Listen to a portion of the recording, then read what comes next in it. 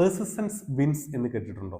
നിരന്തരമായ പരിശ്രമം നിങ്ങളെ വിജയത്തിലെത്തിക്കും എന്ന് കേട്ടിട്ടുണ്ടോ? It always seems impossible until it's done. ഒരു കാര്യം നമ്മൾ ചെയ്ത് തീർക്കുന്നവരെ പലപ്പോഴും അത് ഇമ്പോസിബിൾ ആയി നമുക്ക് ഫീൽ ചെയ്യാറുണ്ട്. പക്ഷെ ഇമ്പോസിബിൾ എന്ന് തോന്നുന്ന ആ കാര്യം ചെയ്ത് കഴിയുമ്പോൾ നമുക്ക് ഉണ്ടാകുന്ന ഒരു സന്തോഷമുണ്ട്. One more try might unlock your break through.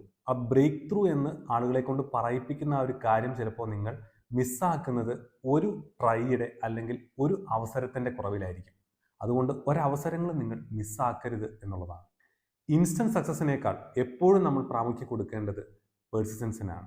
Keep knocking, the doors will open eventually. മുട്ടുവിൻ തുറക്കപ്പെടുമെന്ന് പറയുന്നത് പോലെ നിരന്തരമായി മുട്ടിക്കൊണ്ടിരിക്കുന്ന വാതിലുകൾ മാത്രമേ എപ്പോഴും തുറന്നു കിട്ടാറുള്ളൂ. സക്സസ് എന്ന് പറഞ്ഞാൽ മറ്റൊന്നുമല്ല, ഇറ്റ്സ് റെഫ്യൂസിങ് ടു ക്വിറ്റ്. ഉപേക്ഷിച്ച് പോകാതെ നിരന്തരമായി പേഴ്സീവറൻസോട് കൂടി മുന്നോട്ട് പോകുന്നവർക്കുള്ളതാണ് സക്സസ്. Thank you.